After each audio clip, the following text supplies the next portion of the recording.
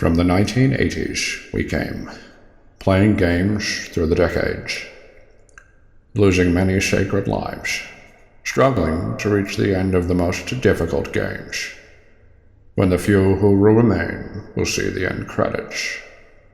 No one has ever known a truly challenging game, until now.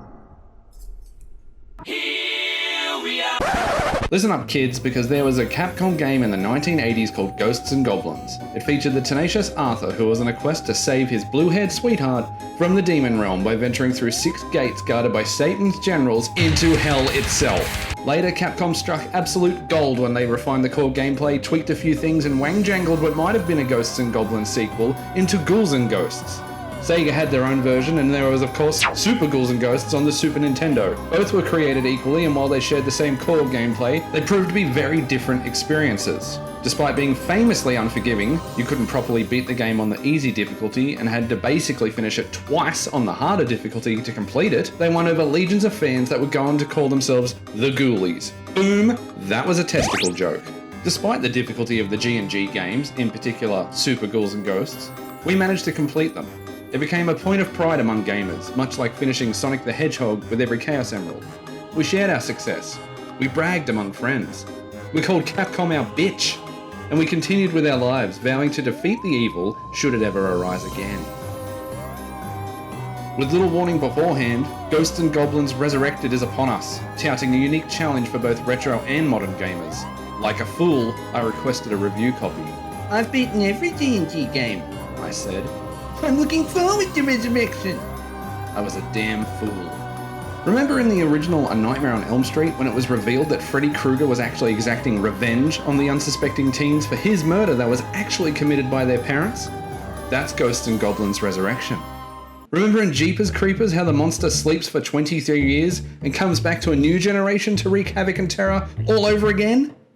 That's Ghosts and Goblins Resurrected. The video game bastard offspring of Freddy Krueger and Jeepers Creepers, which I guess I should be calling Creepers Croopers.